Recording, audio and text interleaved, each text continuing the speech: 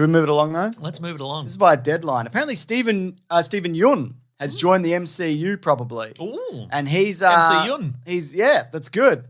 He's you. Glenn from The Walking Dead. He's also a talented filmmaker in his own right. He's made a lot of really interesting stuff. The best thing that happened to that guy's career was they bashed his head in The Walking Dead and he got to make other stuff. Spoiler alert from that thing that happened 6 years ago. Wow. Now, I've got a potential scoop here from someone who's been fairly reliable in the past. I spoke to somebody at Marvel who said, not like a higher up necessarily, and this is the quote that they sent me, "We don't even know who he's playing, but my guess is Sentry since there's been whispers of that casting circulating a bit. So he's going to be in the Thunderbolts as Sentry, potentially." I say that with the very loosest, that's what somebody's telling me who heard from somebody else. But, we'll see. Yeah, He'd be a good Sentry. Or a bad Sentry. But probably a good Sentry, mate. A good Sentry. Yeah. Yeah. And he can be quite sort of, I think the idea behind the Sentry is like when he's in sort of human form, he's fairly unassuming kind of thing. Yeah. He's just a regular guy down in the dumps, Having a good old time. Yeah. Great stuff, Mason. Right. Speaking of the MCU, this is via Vulture.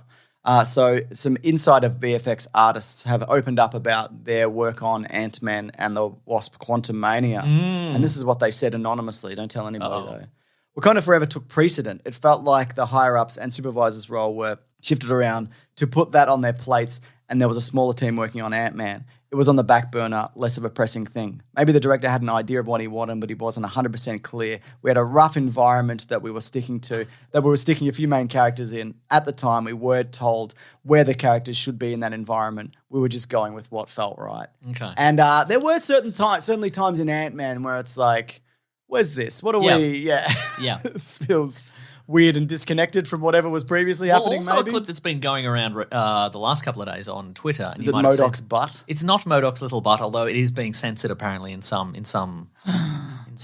regions and markets. I mean, that region is certainly being censored. Yeah, sure. His little butt. Yeah. But it's that clip from the end of Captain America, the First Avenger, where he wakes up, the post-credits, where he wakes up in what he thinks is still the 40s, and then it turns into, he's actually in the present day. Yeah. But it's been pointed out, I think, that he's actually interacting with real things in a room.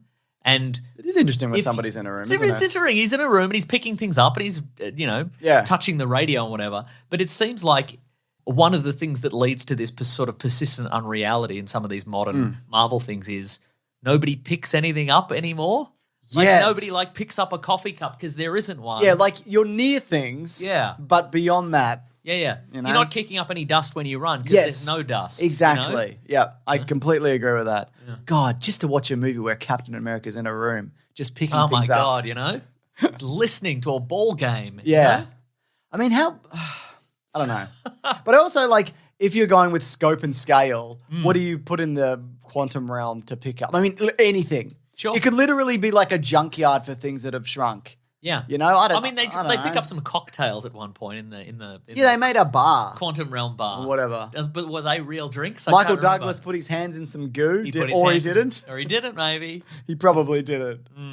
Yeah, I also think if you look at these two movies, and I did, Wakanda Forever clearly had, I don't know whether it's even artistic direction, but that has a feel and a look about it. I mean, I didn't love all the underwater stuff. I was like, wow, look at this murky as shit city, but you felt like the hey, this is Atlantis' tidiest city. We get the tidiest city award in 2015.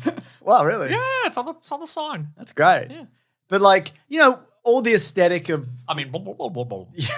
all the aesthetic of Wakanda and all of that, it did feel like real streets and whatever. And you see water flowing into it, and paint and clothing and all of these kinds of things. And whereas this one didn't feel like any of that. It was like people standing in a void wearing a cloak and being like, "Where are we? We're in the quantum realm." Anyway, I thought it was all right. And I stand by that, Mason. Right, yeah. I know people have talked about the decline of the MCU and whatever, but I think it's only going to take one or two movies, maybe even just one. People go, "I love this, it's back," and it could very well just be Guardians. Yeah, could be. Yeah. Or it could be a surprising new one. It could be a surprising new one, but I don't like surprises. I want it to be a thing I've already seen. Yeah. I mean, I think there's been moments I think Werewolf by Night for me was totally. This is reinvigorating. This is. I liked a lot of Spider-Man. I liked Shang-Chi. I liked Loki. I liked WandaVision. You liked Thor: Love and Thunder. I didn't. I hated that movie. Awful. Worst thing they've ever done.